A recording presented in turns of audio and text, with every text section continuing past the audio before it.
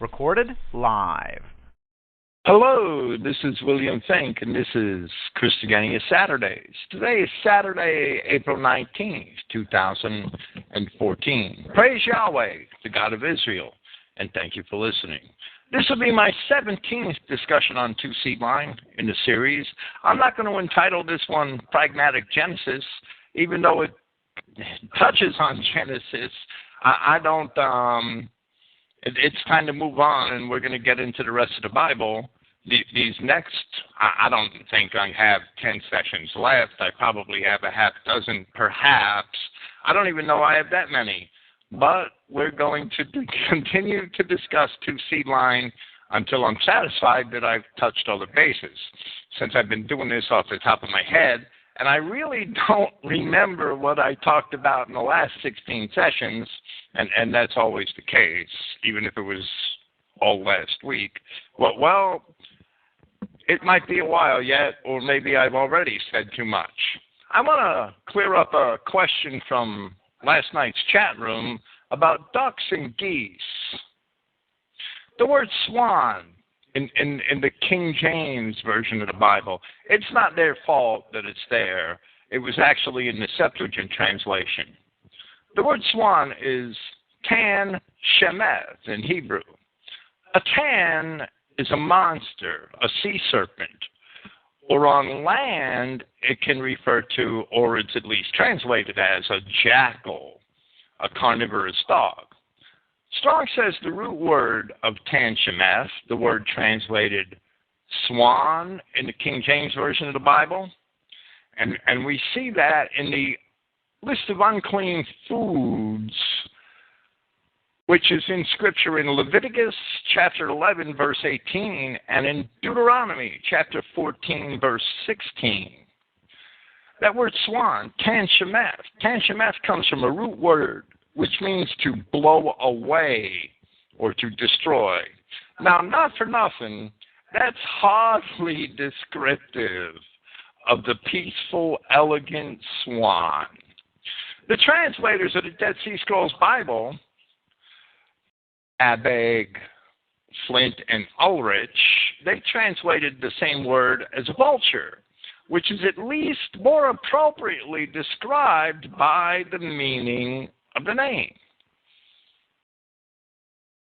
In truth, the King James translators seem to have blindly followed the Septuagint. And the Septuagint translators, don't get me wrong, for the most part they understood Hebrew, and to some extent they were very confused on names. They were removed from the culture of Moses by 1,200 years. They were removed from the time of Ezra and Nehemiah by 250, perhaps. The Septuagint translators seem to have done like I did with many other names. They just guessed. It can be proven with some names that they did indeed just guess. In any case, the tan shemeth of Hebrew is unlikely to be a swan.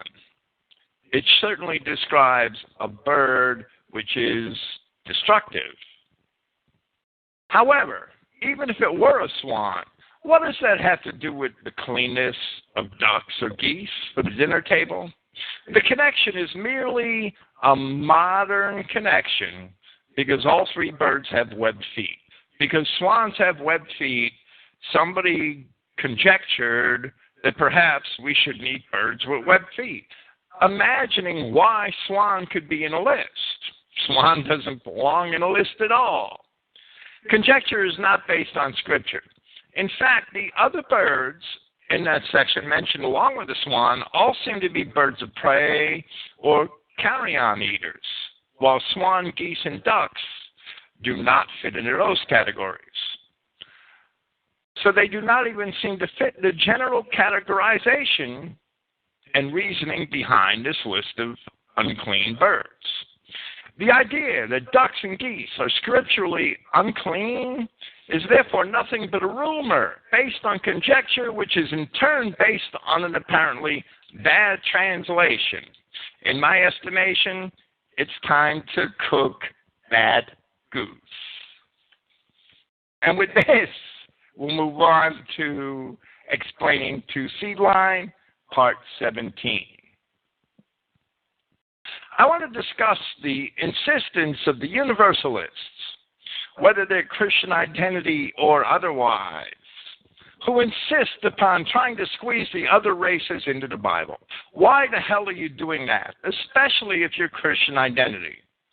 First, from Genesis chapter 10, that's where the mainstream Protestants in the Catholic Church try to squeeze the other races in, and it doesn't wash. It doesn't wash scripturally. It doesn't wash historically. It doesn't wash genetically. It doesn't wash from any angle. So a lot of identity Christians retreat. They can't go back to Genesis chapter 2, which would violate the law of kind after kind, which at least most identity Christians understand. So they go back to Genesis chapter 1. That's where Comparet and Swift went when they had to squeeze niggers into Scripture. They tried to squeeze them in as the sixth-day man, as compared to Adam, the eighth-day man. I believe that the first two installments of our Pragmatic Genesis series blew that harebrained idea out of the water permanently. I don't understand how anybody could listen to what we had to say in those two podcasts and contradict it, because you're just making yourself look like a fool to imagine that there was a sixth-day Adam and an eighth-day Adam. It's absolutely foolish. It's beyond childish. You're a clown, clowning with Scripture. What's just as bad is Thomas Davies. Thomas Davies, this character at anglo-saxonisrael.com, don't go there. You're wasting your time. He likes to quote this Thomas Davies and claim to be following him. Thomas Davies insisted that the Genesis 1:26 Adam was a different Adam from the Genesis 1:27 Adam. Well, he was a clown too. The Genesis 1:26 Adam is only a proposal for the creation of the Genesis 1:27 Adam, and the Genesis 1:26 Adam is not a creation at all. The proposal becomes a fact in Genesis 1:27.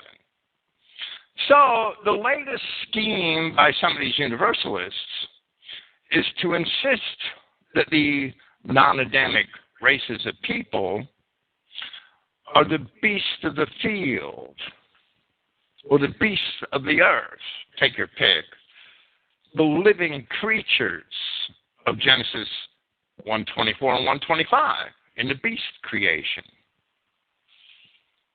That's absolutely ridiculous when you look at those terms in the rest of Scripture.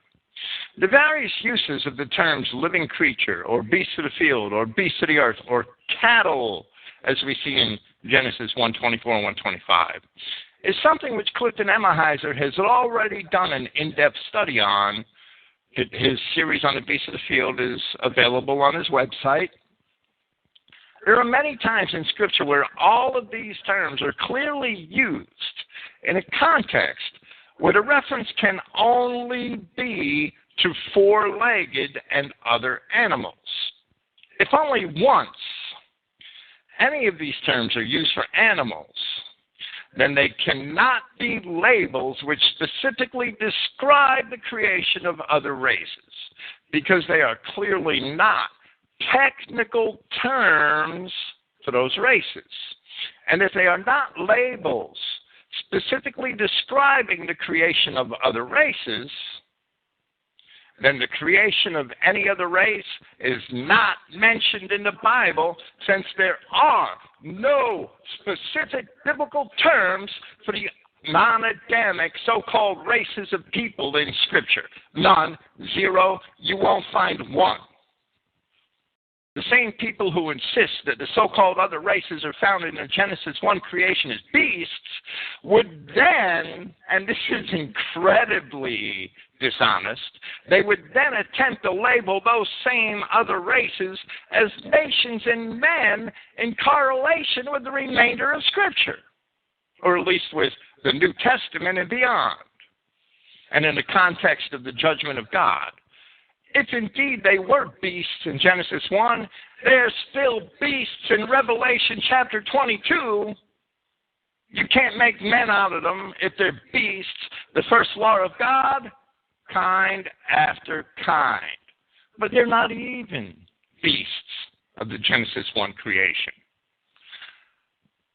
First, let me say that while the so-called other races certainly do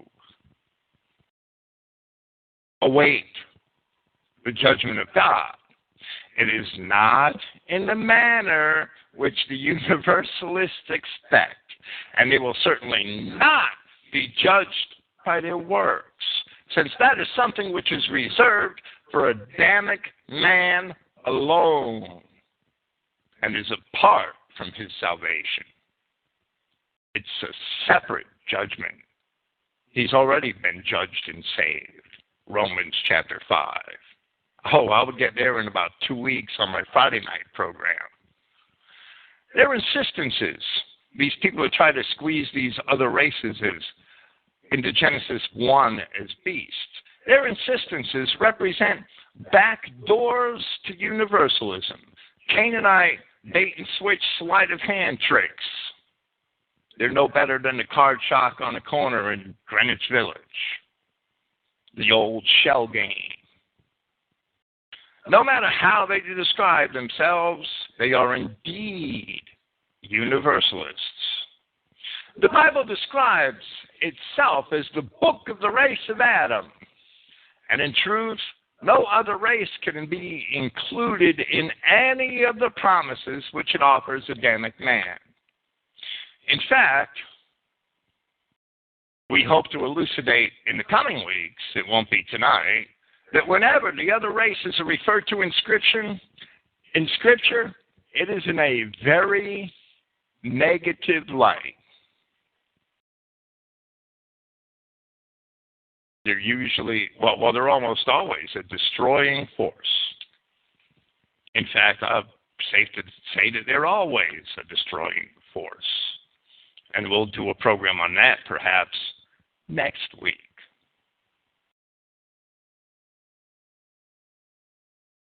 Now, concerning these same universalists, and they're arguing that the other races do fit into Genesis 1:24 and 1:25 creation of beasts, they nevertheless admit that the other races are indeed nothing but beasts. So the universalism is unfounded regardless of their hypocrisy. In truth, they refuse to recognize the obvious because the Word of God does not recognize the other races of so-called hominids specifically. The general terms for beasts are sometimes applied to them where they must be mentioned in prophecy, but those terms are pejoratives. A pejorative is a word which is not normally derogatory, but when it's used in a certain context, it has an insulting, a disparaging, or a derogatory effect. Calling a dog is not an insult. However, calling a person a dog is considered to be an insult. So in that event, the word dog becomes a pejorative. Calling a so-called Christian identity cluster a clown, well, some people might think that's cruel, but very often the label fits. The word clown in those instances is considered to be a pejorative. He's not really a clown. I mean, he makes me laugh, but he doesn't wear the big shoes and the red nose and the goofy wig and the funny makeup. So it's probably an insult to clowns to call some of these clowns clowns. I'll give one example with a word translated cattle in Genesis 1:24, where most two-seed line identity Christians would insist that it refers to non-white hominids from Leviticus 18:23. Leviticus 18:23 states, "Neither shalt thou lie with any beast to defile thyself therewith. Neither shall any woman stand before a beast to lie down thereto. It is confusion." Well, you know, if a woman stands in front of a dog and lies down with it, even if the woman could conceive a half-dog child, that might be a confusion of seed, but it wouldn't cause confusion among men. They'd look at it and say, wow, that's a half-dog.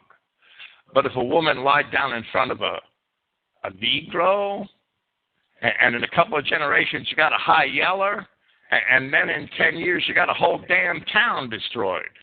That's what happens. That's confusion. So most identity Christians rightly understand that Leviticus 18:23 could just as well refer to a non-Adamic so-called person, as well as to a real four-legged quadruped. Well, on both occasions in Leviticus 18:23, the Hebrew term is behemah. We get our English word behemoth from that term. Behemoth is a large animal, usually a beast of burden, an ox or something like that. It's Strong's number 929.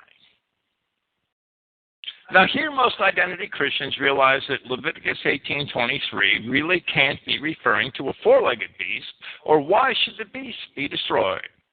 Here is another example from Exodus chapter 12, verses 12 and 13. And thou shalt set bounds unto the people round about, saying, take heed to yourselves,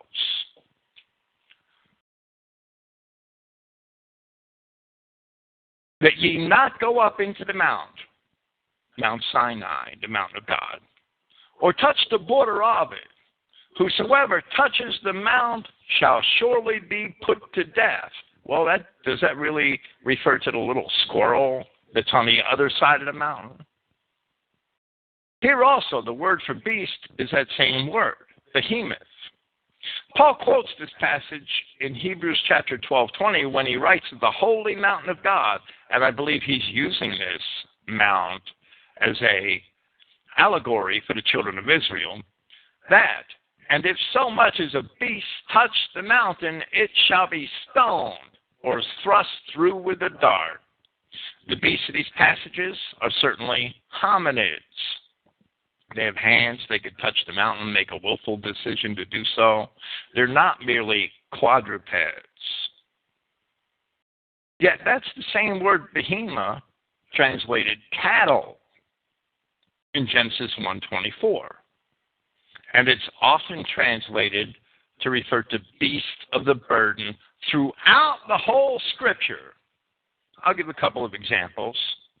Leviticus 7:25, where it says, for whosoever eateth the fat of the beast, of which men offer an offering made by fire unto Yahweh.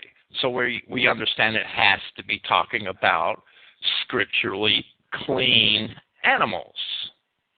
Even that soul that eats it, meaning the fat, shall be cut off from his people. It was a command not to eat the fat. Here the word clearly refers to a clean, edible quadruped. But in Exodus 12:12 and 13, it seems to refer to a hominid. In Leviticus 18:23, it definitely refers to hominids. So what we have is a word that means beast and refers to beasts of burden, and it's used as a pejorative. It's not a technical term for non-white races. It's a pejorative that can refer to non-white races, as well as its normal function, which is in reference to four-legged animals. Another instance is in Nehemiah 2:12, where he has trouble getting into Jerusalem because of the rubble left from the Babylonians 70 or so years before. And it says, I arose in the night, I and some few men with me, neither told I any man what my God had put in my heart to do at Jerusalem. Neither was there any beast with me save the beast that I rode upon. Now the beast he rode upon wasn't a nigger, It was probably, this behemoth was probably an ass, a horse, or a camel. Pick one. They were all used for transportation in Nehemiah's day. The only valid conclusion is that behemoth, or beast, is a word for quadruped beasts of burden, edible or otherwise, but it is also used as a pejorative at certain times for certain non-Adamic hominids. The phrase beast of the field is indeed sometimes a pejorative term in prophecy, indicating the non-white races. We're going to get an earful of that next week. However, on many occasions, it must refer simply to the animals of creation. And therefore, it is not a technical term for non-whites. Neither can it be. Here's an example where David describes God's creation in Psalm 8, where David refers to Adamic man from verse 6 and says, "Thou madest him to have dominion over the works of thy hands. Thou hast put all things under his feet, all sheep and oxen, and the beasts of the field, the fowl of the air, and the fish of the sea, and whatsoever passes through the paths of the seas. O Yahweh our Lord, how excellent is thy name in the earth."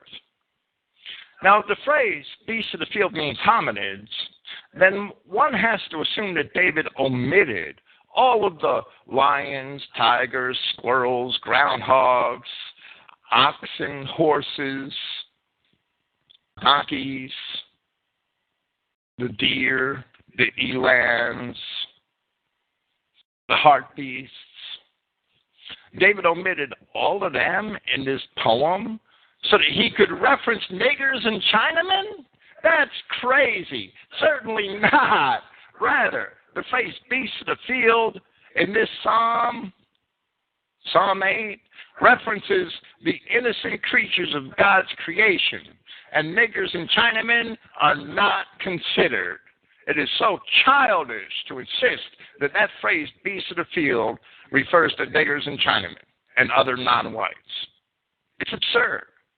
Christian identity has to grow the hell up. Fall for this crap from this clown in Chicago and half these other turkeys with their childish, plainly ridiculous interpretations of Scripture. That's just the truth. That's all I speak. Again, from Exodus chapter 23, from verse 29. Yahweh, talking about driving out the Hivites, the Hittites, and the Canaanites from the land before the children of Israel. At verse 29, he says, "I will not drive them out from before thee in 1 year, lest the land become desolate, and the beasts of the field multiply against thee. By little and little I will drive them out from before thee, until thou be increased and inherit the land." Now, it's silly to think that after the Canaanites are driven out of the land, that niggers or Chinamen would move into it too quickly for the Israelites to be able to occupy it. Where the hell would they come from? There wasn't any HUD in those days. There was no Section 8 housing moving niggers into every empty building in a town. The night they're emptied. There was no Century 21 advertising homes abroad in those days. Come on. The phrase beasts of the field in this passage must therefore refer to the wild animals, that the wild animals would infest these towns before the children of Israel could occupy them, and not to some pre-Adamic people. The only valid conclusion is that the term beast of the field and similar expressions are terms for the animals of creation, but they are sometimes used as pejoratives for certain hominids. Hominids who have no other name except for these pejoratives. They have to be called something. They're called by that beast of the field in Isaiah chapter 56. I pray we get to discuss that one next week. With all of this being said, perhaps it would be expedient to turn our attention to angels. Let's talk about angels, something I've never been. An angel in Scripture is simply a messenger. However, it is fully evident that such angels can be spirit beings, or they could be men, or sometimes they could be something else, an owl perhaps, a bird of prey, a bird as an omen. We see that in Scripture. There is one place in Old Testament Scripture where an angel is something other than a messenger, and that is at Psalm 68:17. It's the only place that this particular meaning exists. Here it is with the surrounding verses so that the context is apparent. Why leap ye high hills? This is the hill which God desires to dwell in. Yeah, Yahweh will dwell in it forever. The chariots of God are 20,000, even thousands of angels. The Lord is among them, as in Sinai, in the holy place. Thou hast ascended on high. Thou hast led captivity captive. Paul quotes this in reference to Christ. Thou hast received gifts from men, yeah, for the rebellious also, that Yahweh God might dwell among them. The rebellious being a reference to the children of Israel in that psalm. In this passage, that word for angel is Strong's number 8136, Shinan. It's not the regular word for angel. It comes from a word, 8132, which means to alter or to change. Rather than angels, the Hebrew would be better represented with the words changing ones or changed ones, and that would be much more appropriate. For one possible understanding, I would refer to 1 Corinthians chapter 15, verses 51 and 52. We shall not all sleep, but we shall all be changed. For another possible understanding, I would refer to Daniel chapter 4, verses 13 through 23, and what Daniel says about in his interpretation of the book of Nebuchadnezzar's dream about the watchers and the holy ones. I brought this passage to light here to show that the concept of angelic transformation is apparent in Scripture. We see it again at the Transfiguration on the Mount. Although I would be pressed, and I would, outside of the Transfiguration on the Mount, to offer further examples from canonical Scripture at the moment. There are other examples, such as in Genesis chapter 19, in the account of Lot and the destruction of Sodom and Gomorrah, where angels who appear to be men have abilities well beyond those of man. And I'll leave that right there, and that could just hang there. I just wanted to attest that the idea is in Scripture. The Apostle Jude mentions angels which kept not their first estate. He says that they are kept under darkness in everlasting bindings for the judgment of the great day. These are certainly those angels of Revelation chapter 12 who rebelled against God, who were cast out of heaven, whose place was no longer found in heaven. And this happened before the creation of Adam, because that old serpent is one of these angels that was cast out of heaven, as were explained in Revelation chapter 12. But we're not explained in Genesis, because Christ came to reveal things kept secret from the foundation of the world. Support for Revelation chapter 12 is found elsewhere in the Gospels, primarily Luke chapter 10, verses 18 through 20. We'll talk about those next week. And probably a few more times. Jude says of these angels which kept not their first estate, that they are kept under darkness in everlasting bindings for the judgment of the great day. He compares their sin to that of Sodom and Gomorrah, in that they committed fornication in the pursuit of strange flesh.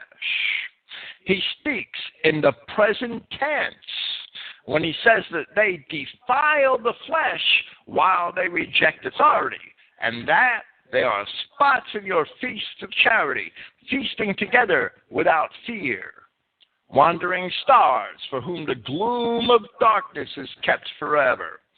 So these fallen angels are under these chains of darkness.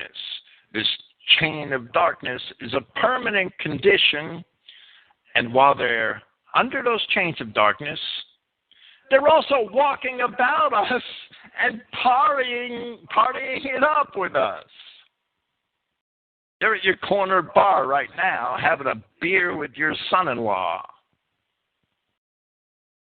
watching a football game with your brother-in-law.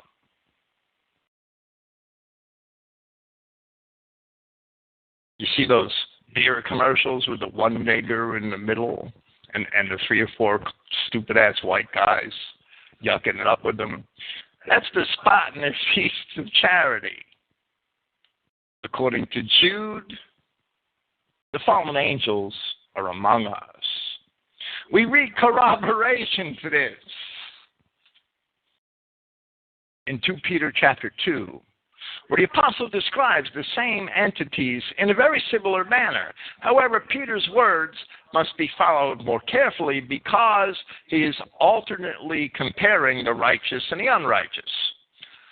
Here we will read some of the things he says about the unrighteous from 2 Peter 2:4.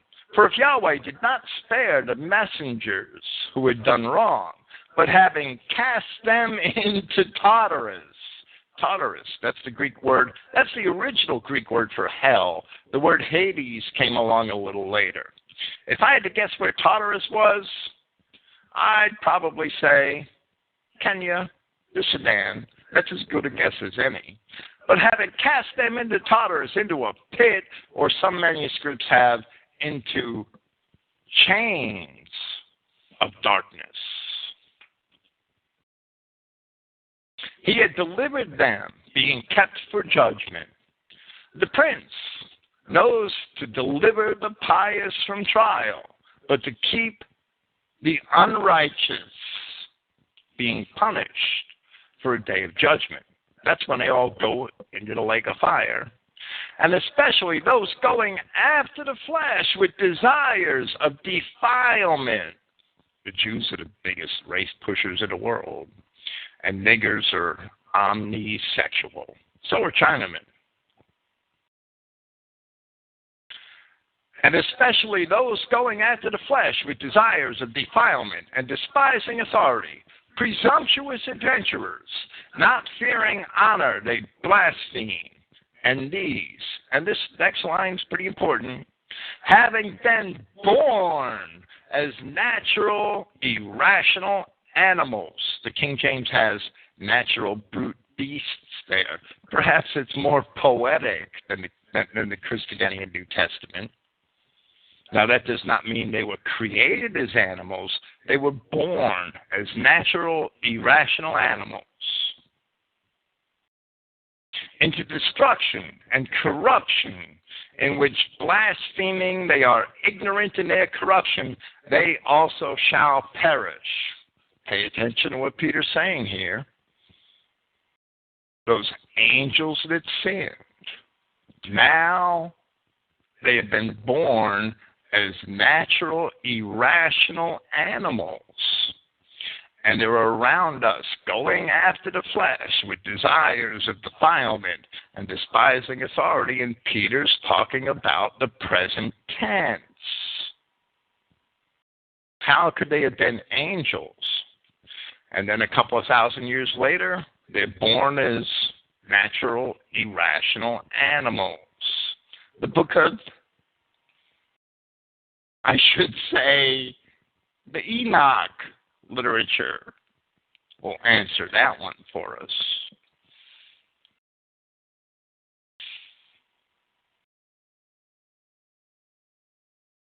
Born as naturally rational animals into destruction and corruption. They were born in corruption because they're bastards.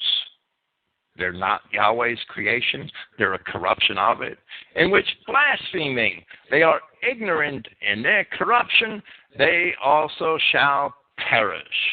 Doing injustice for the wages of injustice, regarding luxury of pleasure by day, stains and disgraces, reveling in their deceits, feasting together with you.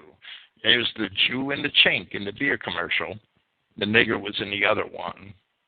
Having eyes full of adultery and unable to cease from wrongdoing, enticing unstable souls. The stupid-ass white guys hanging out with them, giving them their sisters. Having hearts exercised for greediness, cursed children, abandoning the straight road. These are the angels which left their first estate, the angels that sinned. They've wandered astray, following in the way of Balaam the son of Bosor, the same route, the path of race mixing. These are streams without water, and clouds being driven by a tempest, for whom the gloom of darkness is kept. We cannot imagine that the chains of darkness or the gloom of darkness mentioned by Jude and Peter are a reference to some literal pit somewhere in the desert regions of Arabia or anywhere else in the earth, where a bunch of winged men sit waiting for the wrath of God to come upon them.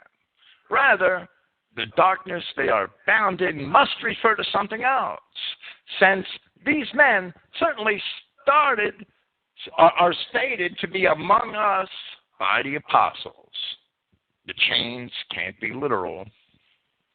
They started out as angels, but their descendants were born as natural brute beasts, as the King James translates the phrase. And that, too, is a pejorative.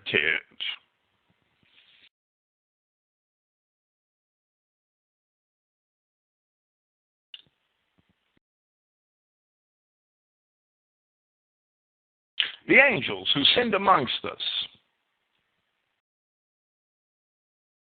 are still amongst us, but it is not them personally. Rather, it must be their descendants.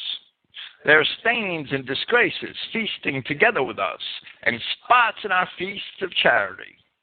The only way their descendants could be among us is if they are truly the seed of the serpent, and the wider tree of the knowledge of good and evil, which was already in the midst of the garden when Adam was placed there. That is the best scriptural explanation for the existence of the so-called pre-Adamic races.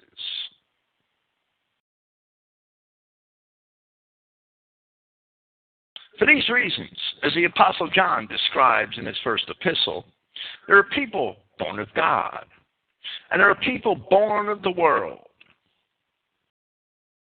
From 1 John chapter 4, ye are of God, little children, and have overcome them, because greater is he that is in you than he that is in the world. They are of the world. Therefore speak they of the world, and the world hears them. The people born of God are the descendants of Adam, the Son of God, Luke 3:38.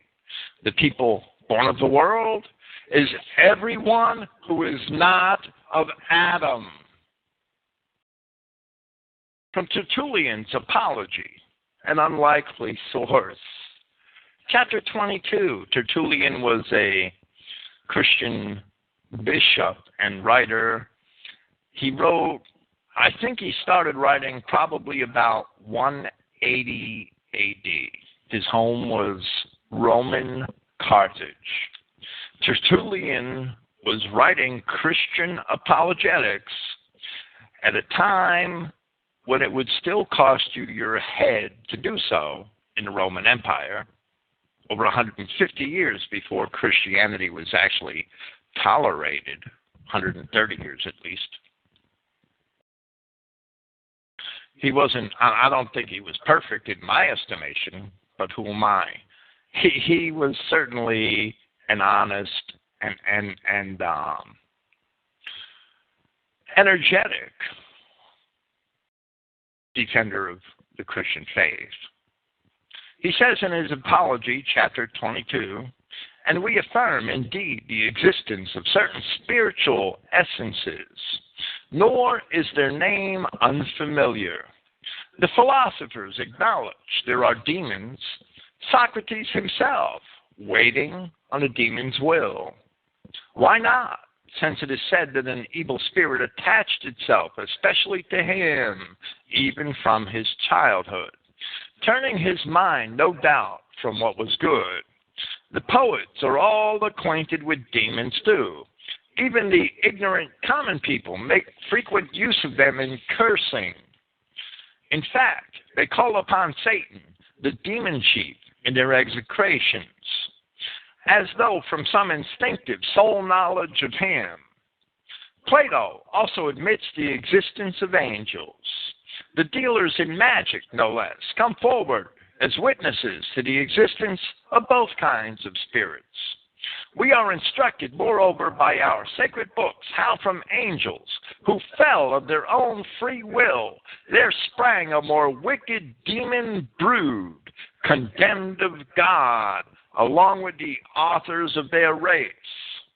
And that chief we have referred to, it will be, for the present, enough, however, that some account is given of their work. Their great business is the ruin of mankind.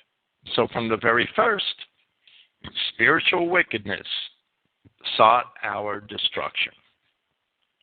Here, Tertullian reflects the belief that certain angels fell from the grace of God. As I explained in the opening segments of Pragmatic Genesis, it doesn't matter where you want to believe the angels fell from. Myself, I don't necessarily believe that they fell from heaven or outer space, heaven being taken literally. The word heaven is often a word used allegorically to describe a government of God or a God-decreed government on earth. They could have fell from the grace of God on earth and met the description that they fell from heaven simply because heaven in Luke 10 and Revelation 12 may be used allegorically. We shouldn't argue over that detail.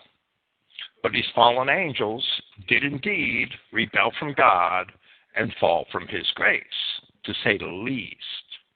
Tertullian, he expressed that belief. He also expressed the belief by which he can only be referencing Peter, Jude, and the Revelation. He expressed the belief that a wicked demon brood, a wicked race of people, was amongst the population of Rome. By population of Rome, I mean the entire Greco-Roman world at the time that he wrote. Tertullian, basically, even though he didn't phrase it in the terminology which we phrase it, he basically believed in two seed line, an evil race and a good race. In the Garden of Eden, Adam is portrayed as being shown all of the beasts, naming them, and not finding a wife.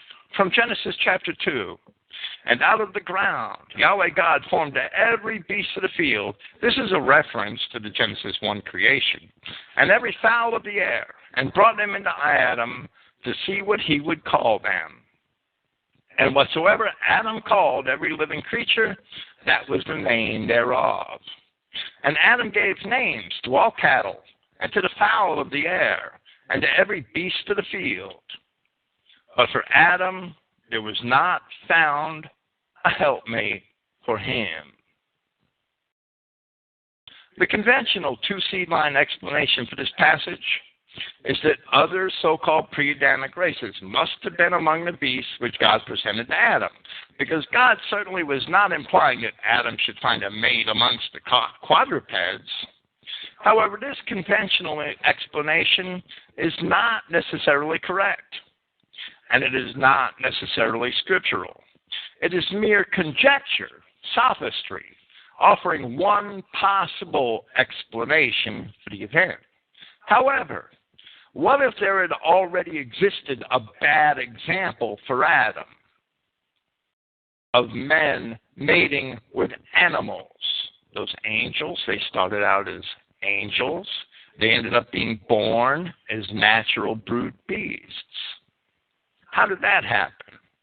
What if other beings, ostensibly those so-called fallen angels, had mated with the quadrupeds and the other beasts of creation and corrupted both the creation and themselves? Would that give Yahweh a sufficient reason to explain to Adam why he should not find a mate amongst them? I believe it would. That would be my assertion. And while it too can be dismissed as mere conjecture, at least it can be supported from the words of Peter, from the words of Jude, and from ancient literature. This passage I'm about to present was presented before in part 3 of this series, back in October of last year. In the Enoch literature, in what is called the Book of Giants, the race of fallen angels is said to have perpetrated the corruption of species. From an edition of the Qumran Scrolls called the Dead Sea Scrolls, a new translation by Michael Wise, Martin Abegg Jr., and Edward Cook. On page 247, there's a translation of the scroll known as 1Q23. That's a catalog number. That's the first K of the Qumran is the 1Q. It's fragment number 23. It's manuscript number 23. And these are fragments 1 and 6 belonging to that manuscript. This is highly fragmented, so you'll have to bear with me because it's not going to be grammatical. I can only supply the words that are supplied to me in the translation. 200 donkeys, 200 asses, 200 rams of the flock, 200 goats, 200 beasts of the field from every animal. Right there we see that beasts of the field are animals. From every bird, for miscegenation. In the same source, that's the end of that quotation, and in the same source, 4Q 531, fragment 2. They defiled. They begot giants and monsters. They begot, and behold, all the earth was corrupted. With its blood, and by the hand of giants, which did not suffice for them, and they were seeking to devour many. The monsters attacked it. And that's a highly fragmented manuscript also. Again, 4Q 532. Column 2, fragments 1 through 6.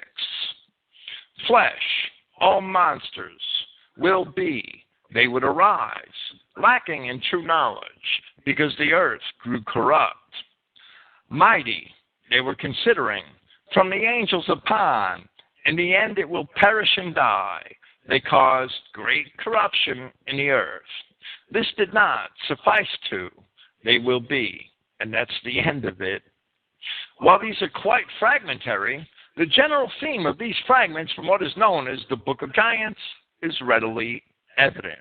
A very similar version of what is related here in these manuscripts is found in 1 Enoch in the Ethiopic version translated by Charles in chapters 86 and 88. I prefer the Dead Sea Scrolls Enoch because I understand from my own reading that the Ethiopic Enoch has some embellishments and interpolations which are probably not in the original. I've read both at length.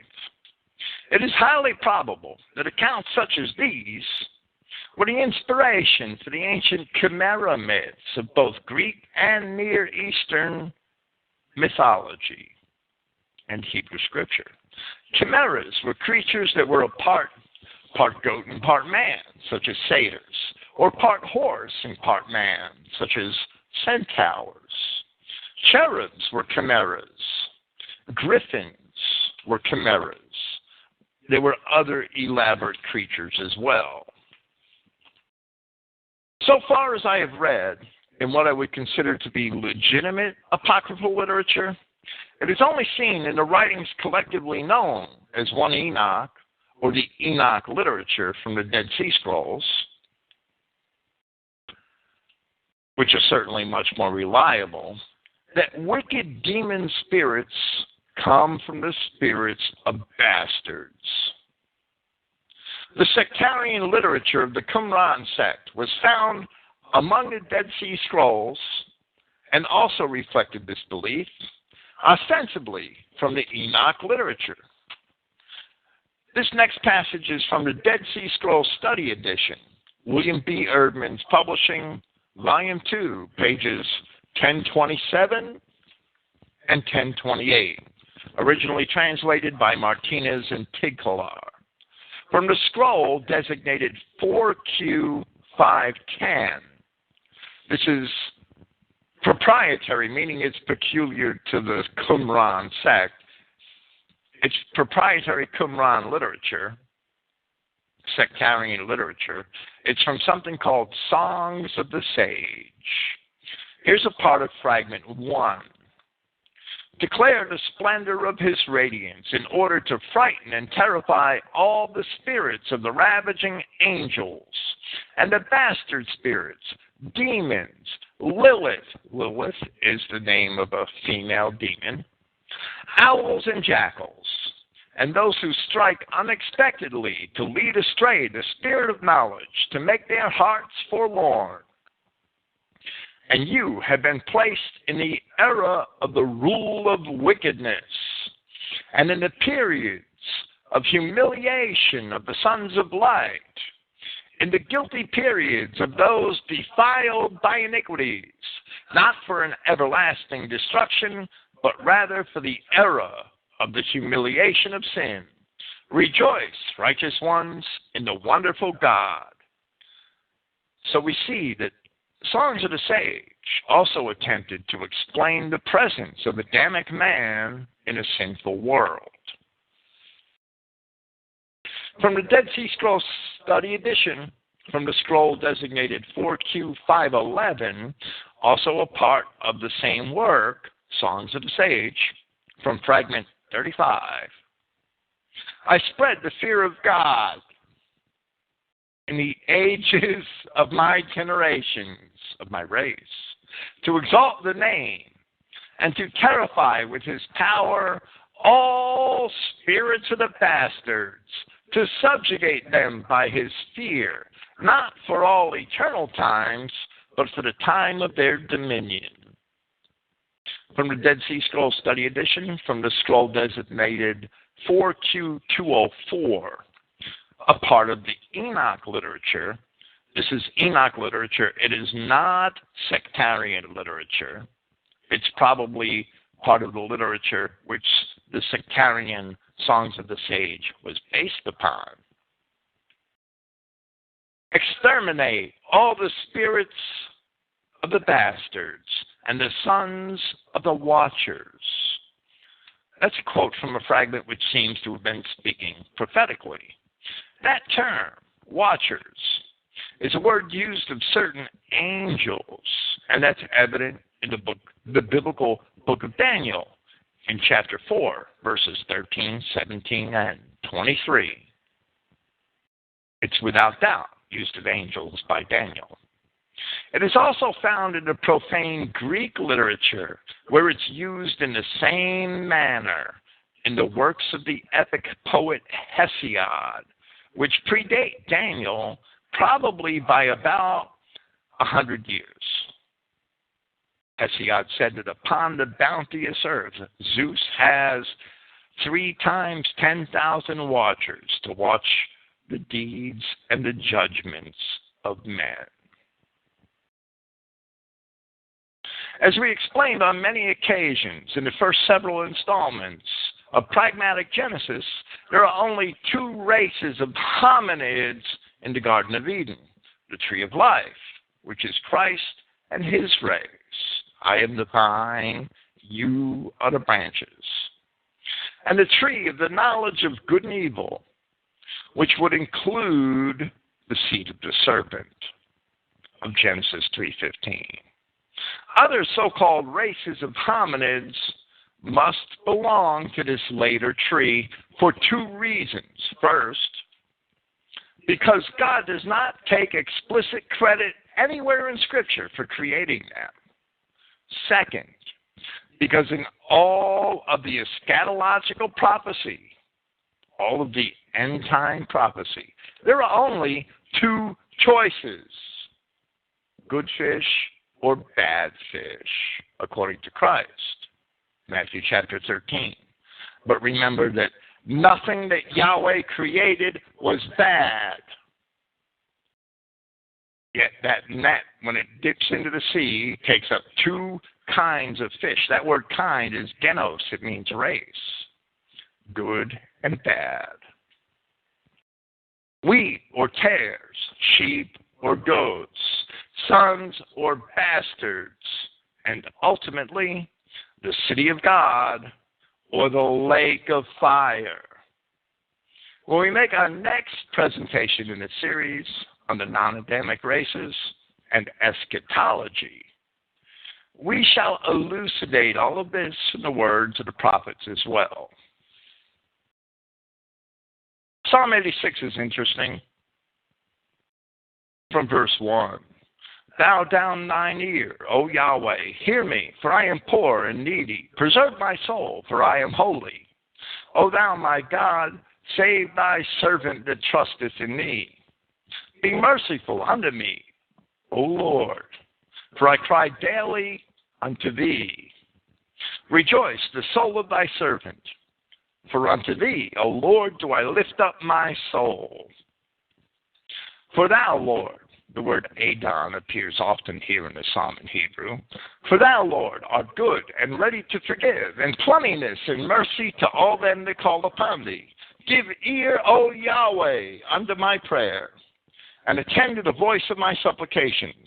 In the day of my trouble I will call upon thee, for thou wilt answer me. Among the gods there is none like unto thee. O Lord, neither are there any works like unto thy works. Verse 9. All the nations whom thou hast made shall come and worship before thee, O Lord, and shall glorify thy name, for thou art great and dost wondrous things. Thou art God alone. What nations did Yahweh create? All the nations whom thou hast made. Doesn't say thou hast made all the nations. The Genesis 10 Adamic nations were created by Yahweh, and then the nations which sprung from Abraham, which are primarily of the children of Israel. From Isaiah 43, verse 1, But now thus saith Yahweh that created thee, O Jacob, and he that formed thee, O Israel. Fear not, for I have redeemed thee. I have called thee by thy name, thou art mine. The only people I remember Yahweh ever taking credit as having formed and made, Adam, Genesis chapters 1 and 2 and 5. Cyrus, the king of Persia, who was half Persian and half Mede, so Herodotus called him a bastard. He was 100% Adamic. Yahweh called him a man of gold.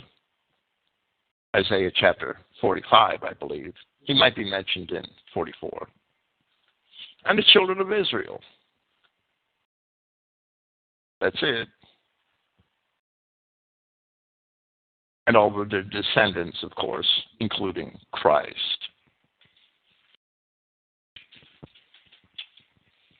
No other nations were created by God because the Bible is the book of the race of Adam. The nations are explicitly defined in Genesis chapter 10. They are the nations of Adam.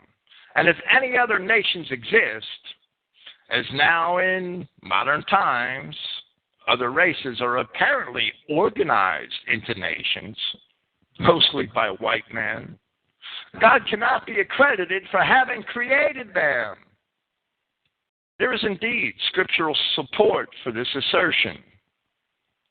In John chapter 8, we see these words asserted by the enemies of Christ. We be not born of fornication. We have one Father, even God.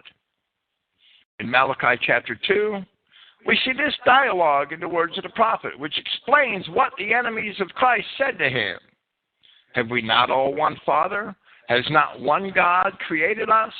Why do we deal treacherously, every man against his brother, by profaning the covenant of our fathers? Judah has dealt treacherously, and an abomination is committed in Israel and in Jerusalem. For Judah has profaned the holiness of Yahweh, which he loved, and has married the daughter of a strange God. Just like Christ told those people in John chapter 8, who said, we be not born of fornication. We have one Father, even God. Christ denied them that. He told them that his Father was different than their Father. They had not a common origin with him. Now, of course, they had a partial common origin. They were children of Abraham through Esau, or perhaps through Shelah, which is what Malachi chapter 2 references. They were Canaanites. They were partly from Noah. They were mixed.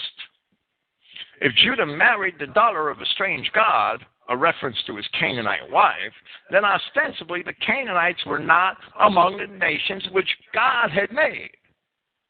Canaan himself, regardless of the circumstances of his conception, was nevertheless a white Adamic male. Yet it is evident from Genesis chapter 15 and the subsequent Canaanite history that his descendants had mingled with the Kenites, the Rephaim, and other tribes which are not listed in the genealogies of Genesis chapter 10. Therefore, they did not come from Adam. They may have had names in Genesis chapter 15, 3,500 years after the creation of Adam. They sure as hell didn't have names back in Genesis chapter 2, and they don't appear in Genesis chapter 10. Men sinned, and angels sinned. And the results of their sin cannot be attributed to God, even if God foreknew of their sin, which of course he did. David never said, oh God, why did you make me sin? No, your bastard child is not the fault of Yahweh your God, because even though he knew you were going to do that before you were created in the womb, as he did with Esau, when you did it, you agreed that you were doing it. You sinned. David never said, God, why'd you make me do that? No, not once. With this, we are going to examine some other terms from Scripture. First, the phrase, host of heaven. This term is a double entendre, meaning that it has two meanings at the same time, basically. It refers to two different things at once. First, it refers to the planetary objects and the stars.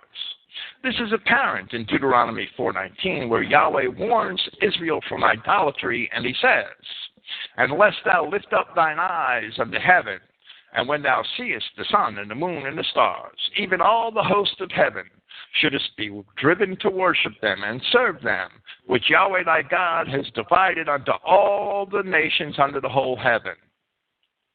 And he tells you why. Not to worship, to be a light for the day and a light for the night, right? Back there in Genesis chapter 1. But the term host of heaven, it can also refer to the angels of God. And it's used that way in 1 Kings 22:19. And he said, Hear thou therefore the word of Yahweh. I saw Yahweh sitting on his throne, and all the host of heaven standing by him on his right hand and on his left. It is not a coincidence that the pagans later named the astronomical objects of their god after their gods. And that's where the two ideas converge.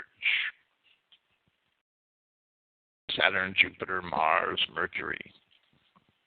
In Colossians chapter 2, verse 16, Therefore, no one must judge you in food and drink, or in respect of feast, or new moon, or of the Sabbaths, which are a shadow of future things, whereas the body is of the anointed. Let no one find you unworthy of reward, being willing with humiliation, even in the worship of the angels.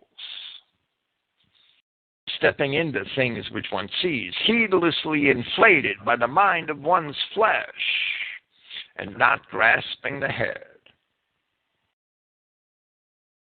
Paul talked about the worshiping of the angels or messengers. New Testament saints believed angels could be spirits, that such spirits had the form of man, and that departed men became spirits which they called angels. Two scriptures shall be cited to support this.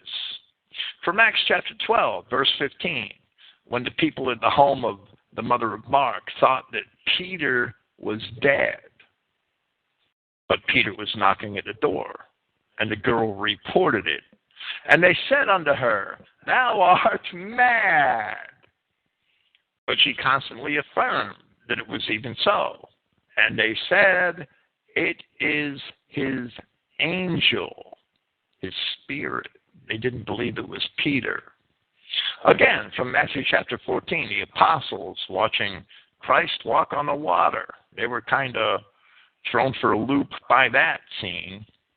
And when the disciples saw him walking on the sea, they were troubled, saying, It is a spirit. And they cried out for fear. That shows you what they believed. That spirits could have the form of man, could appear to be man.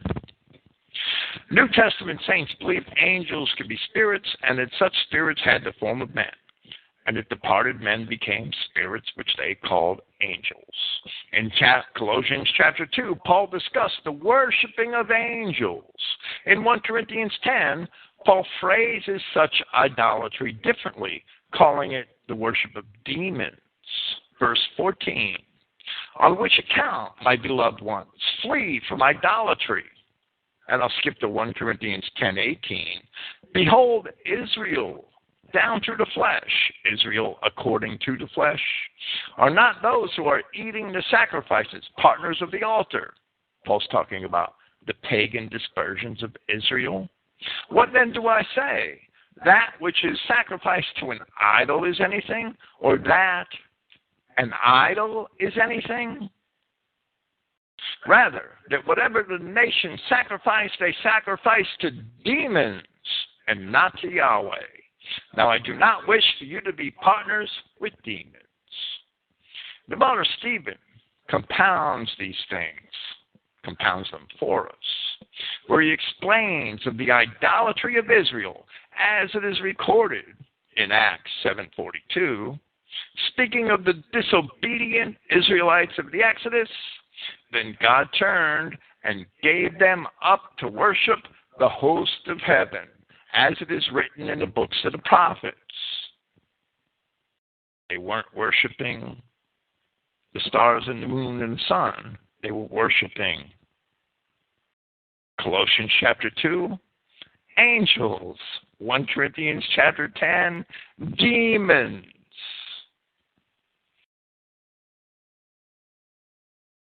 Spirit beings that at one time in the very distant past, or perhaps physical beings that became bastard spirits,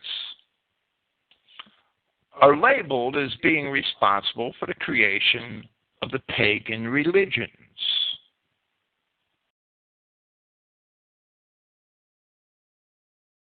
Here are 4 examples of the idolatry of Israel from Scripture. In each one, the King James Version translators employed the English word devils. However, 2 different words were translated such. Deuteronomy 32:17. They sacrificed unto devils. The word is shed. It means a demon. Not to God. To gods whom they knew not. To new gods that newly came up, whom your fathers not feared. There were pagan idolatry. There was pagan idolatry, as the book of Joshua attests, amongst the fathers of Abraham. Terah, Haran, they were idolaters. The book of Joshua tells us that. We've cited it here. I can't recall the citation off the top of my head. But Joshua explains that to the children of Israel. Well, Abraham was called out of that. Here we see that not only did the children of Israel worship those old gods, those old pagan idols, but they also worshiped newly contrived idols.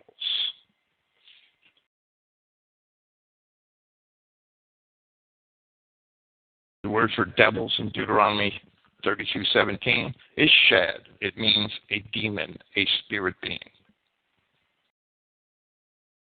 In the Greek language, a demon, daimon, is a spiritual being considered to be inferior to God. Demons were small g gods. Psalm 106, 37 and 38. Yeah, they sacrificed their sons and their daughters unto devils. And that word is shed, demons. And shed innocent blood, even the blood of their sons and of their daughters, whom they sacrificed unto the idols of Canaan. And the land was polluted with blood. Now, I'm not saying that spiritual beings appeared to man and invented false religions. It doesn't have to be that way. But these fallen angels, who when they died, their spirits, their corrupt spirits created the spirits of bastards, they are the contrivers of these false religions. That's who Scripture attests. That's who Scripture, ascribes these things to. I don't care if you want to believe that it happened when they were walking the earth as man, or if it happened after they died and they were worshipped for some reason after they died. It doesn't matter. It doesn't matter. Paul says that this pagan idolatry is tantamount to the worship of the angels, and also says that it's tantamount to the worship of demons.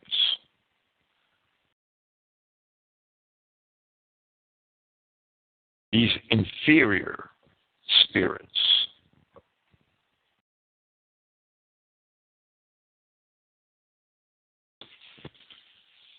Psalm 106, 37 and 38.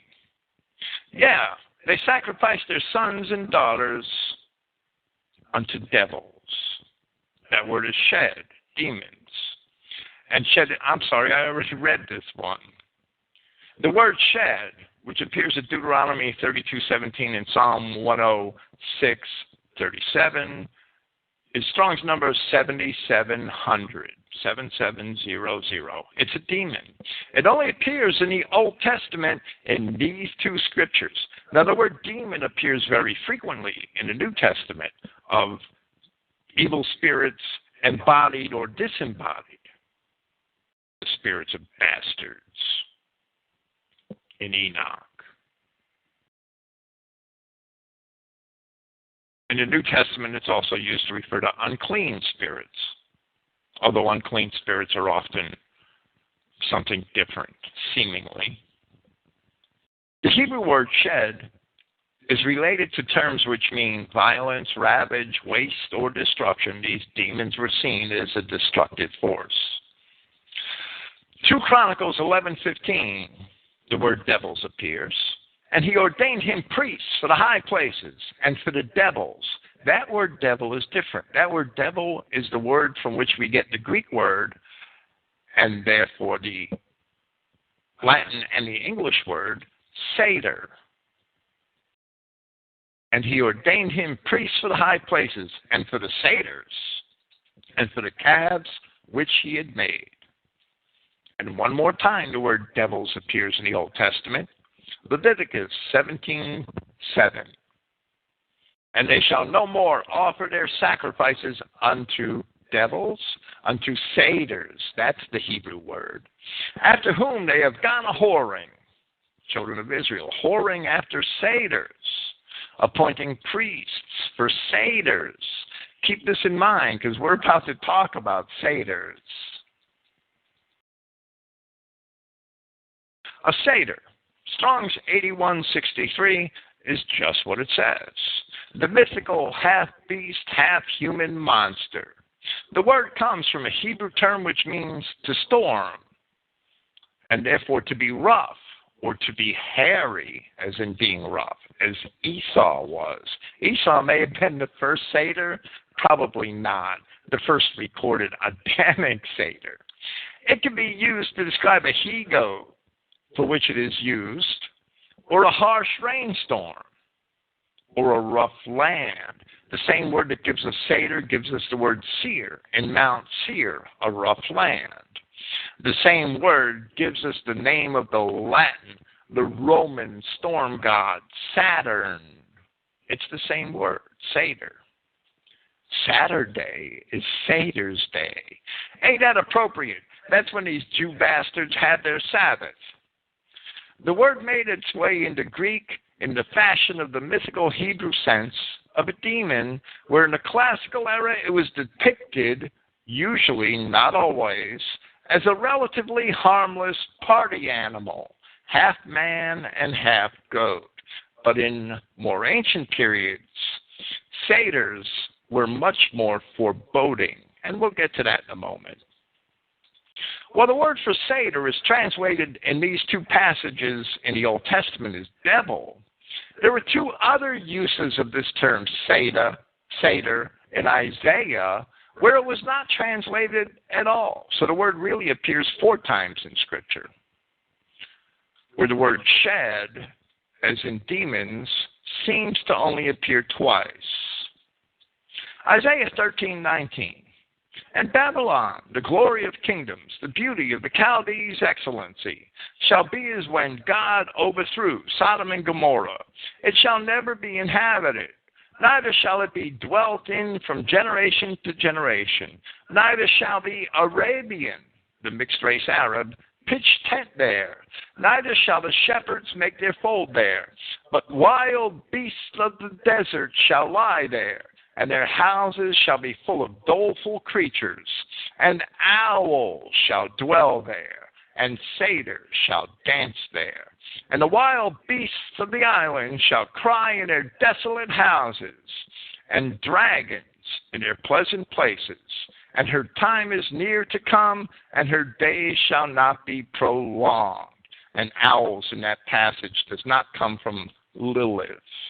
However, it does appear in Isaiah 34:8. For it is the day of Yahweh's vengeance and the year of recompenses for the controversy of Zion. The wild beasts of the desert shall also meet with the wild beasts of the island. And the satyr shall cry to his fellow. And the screech owl, that's Lilith, the female demon, also shall rest there and find for herself a place of rest. I don't think it really means screech owls and half goat, half men, but I do think that satyrs and Liliths are what we might term today as people. We'll get to that. Where in Isaiah 13:21 and 34:8, satyrs are mentioned, the Septuagint has an obscure word. The word is hono kentoros.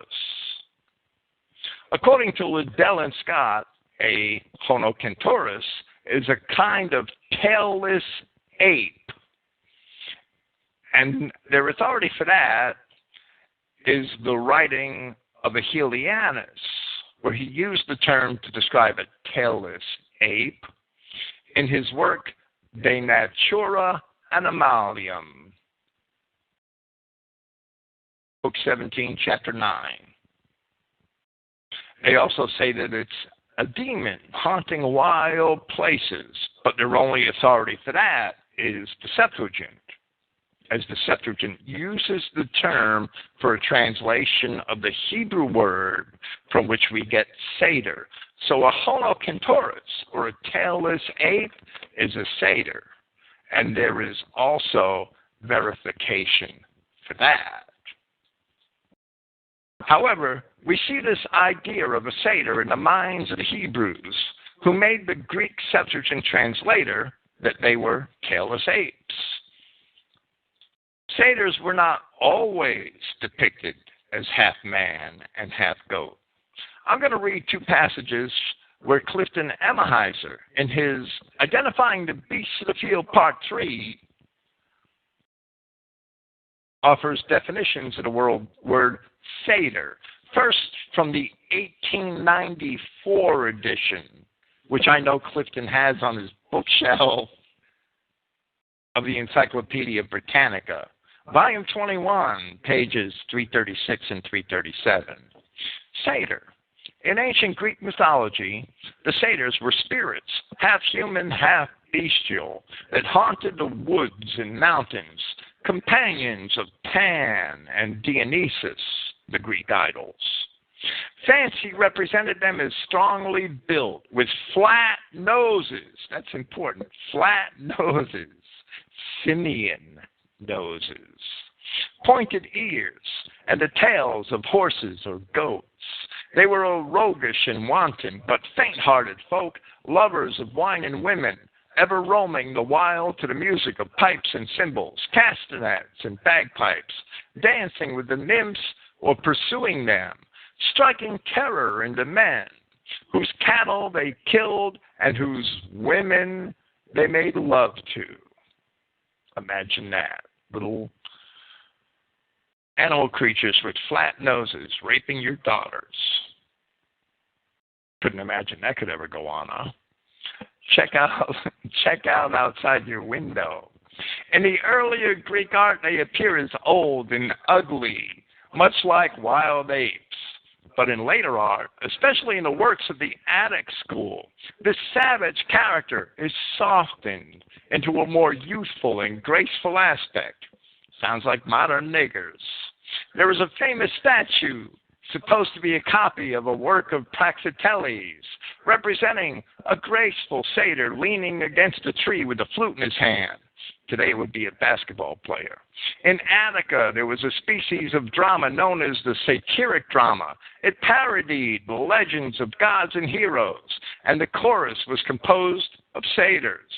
Euripides' play of the Cyclops is the only extant example of this kind of drama. The symbol of the shy and timid satyr was the hare. In some districts of modern Greece, the spirits known as Kalikantsars offer points of resemblance to the ancient satyrs.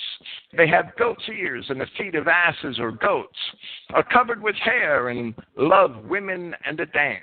The herdsmen of Parnassus believed in a demon of the mountain whose lord is of hares and goats. That's modern Greece. In the authorized version, quoting the same article, of Isaiah 13:21 and 34:14, the word satyr is used to render the Hebrew serim, hairy ones. A kind of demon or supernatural being known to Hebrew folklore as inhabiting waste places is meant. A practice of sacrificing to the serim is alluded to in Leviticus 17:7, where the English version has devils. They correspond to the shaggy demon of the mountain pass. of old Arab superstition, but the satyrs of the gloomy Semitic deserts, faith in which is not yet extinct, are much more terrible than those of Greece. A second witness, which Clifton cites as to the nature of the ancient satyrs, a second witness is the World Scope Encyclopedia, Volume 10, under the topic Satyrs. And this quote is in part, in Greek legends, a race of woodland spirits who personified the free life of the forest. They were generally represented as half human and half animal, the upper part being that of a human being and the lower that of an animal. Their appearance was both grotesque and repulsive, but their life was one of pleasure and self-indulgence. They must have had satyr welfare checks back then, too, and EBT cards, maybe.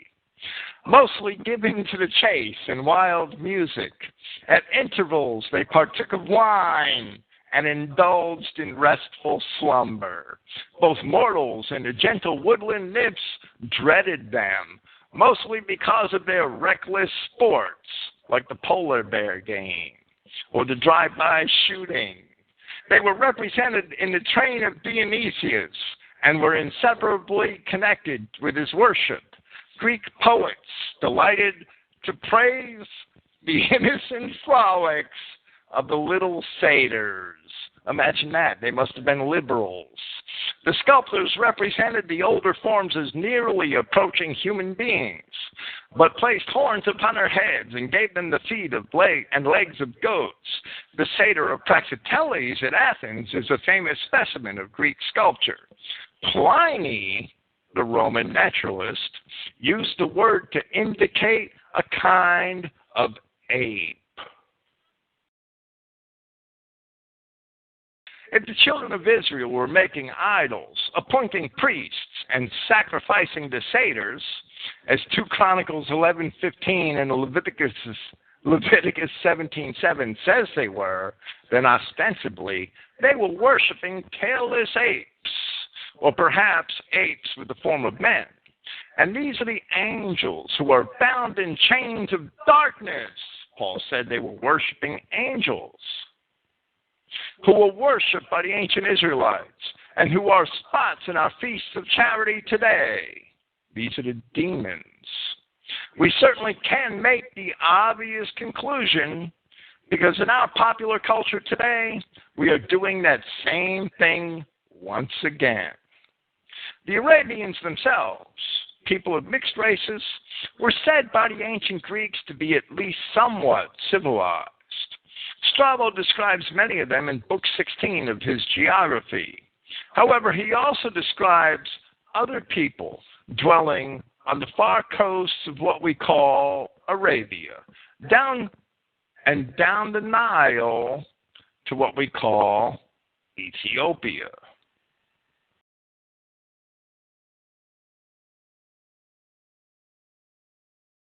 He does not consider any of these people, who I'm about to describe in the pages of Strabo, to be Arabians or Egyptians. He does call some of them, by geography, Ethiopians. Diodorus Siculus describes different types of Ethiopians.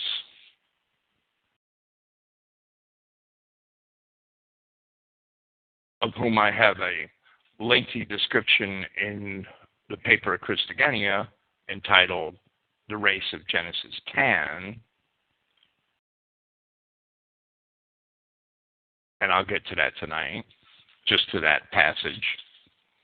Here's Strabo on some of these people that dwell on the outskirts of Arabia and along the Dead Sea and down the Nile. And remember that in the Greek world, the Nile was the border between Egypt and Arabia. East of the Nile, they considered it Arabia until they got down to the Fourth Cataract, and they considered that Ethiopia. And Egypt itself was west of the Nile and the Nile River Valley itself. So their picture of the world was a little different than what we have on modern maps. Here's Strabo Along these rivers, meaning the Nile and the branches of it to the south, along these rivers live the rhizophagi, root eaters, and the hele, or marshmen, who are so called because they cut roots from the adjacent marsh, crush them with stones, form them into cakes, and then heat the cakes in the sun's rays and use them for food. Nearby are also the spermophagi, seed eaters, who, when the seeds fail, live on nuts, preparing them for eating in the same manner as the rhizophagi prepare roots. Deep in the interior was a place called Endera, a settlement of naked people who use bows made of reeds and arrows hardened by fire, and generally they shoot wild animals from trees, but sometimes from the ground, and they have in their country a great multitude of wild cattle, and they live on the flesh of these and the other wild animals. But when they take nothing in the chase, they bake dried skins on hot coals and are satisfied with such food as that. And to the Creophagi, which are meat eaters, the Greeks named these nomadic tribes of Negroes by the food they thought they ate, of whom the males have their sexual glands mutilated and the women are excised in the Judean, or Jewish in the translation, in the Judean fashion. And I would think that perhaps certain Jews were converting savages at that time also. However, there is no circumcision for females in the Bible. Also, above these, approximately towards the south, are the Kunamalgi. Now, Kunamalgi is a word which means bitch milkers or female dog milkers, people that the Greeks esteemed lived on the milk of female dogs.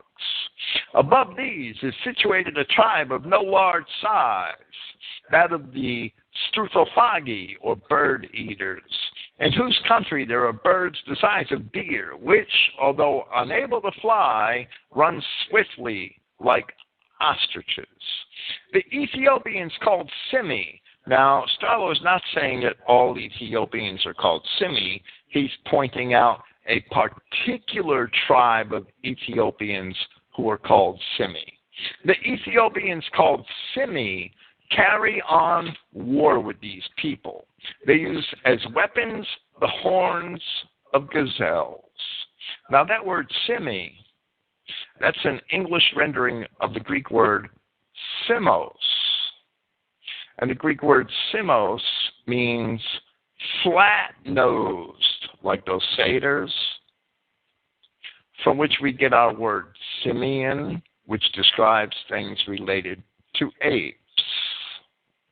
Neighboring this people, the Simi, are the Acridophagi, locust eaters, who are blacker than the rest and short in stature, and the shortest lived, for they rarely live beyond 40 years, since their flesh is infested with parasites.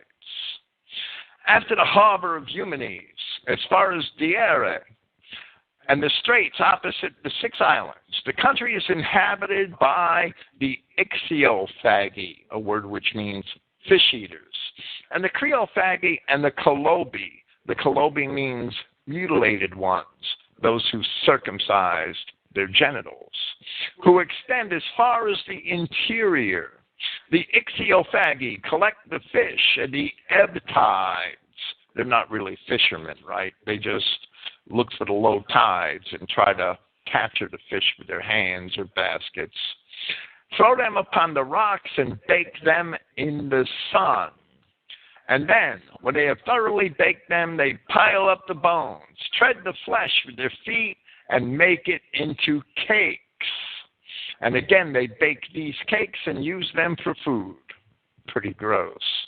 Some of the people who inhabit part of the coast that is without water go inland every 5 days, families and all, with a shouting of paeans to the water reservoirs, throw themselves upon the ground face down, drink like cattle until their stomachs are filled as tight as drums, and then return to the sea again. They live in caves or in pens, roofed over with beams and crossbeams consisting of the bones of whales and small fish. as also with olive branches. The Kelanophagi, or turtle eaters, live under the cover of turtle shells, which are so large that they are used as boats. But some of these people sense the seaweed is thrown ashore in great quantities and forms high in the hill like heaps, dig beneath these and dwell under them. They throw out their dead as food for the fish, the bodies being caught up by the flood tides. That's Strabo's geography, some excerpts from chapter 4. The ancient Hebrews certainly would have been familiar with tailless apes. Theodore Siculus, he describes some Ethiopians who were very cultured and who understood Greek learning and Greek literature in book 3, chapter 8 of his Library of History, chapter 6 and 7, In chapter 8, he says, but there are also a great many other tribes of Ethiopians. Now here it's apparent, after he describes the cultured Ethiopians, that he's only using Ethiopian as a geographical label, not as an ethnic one.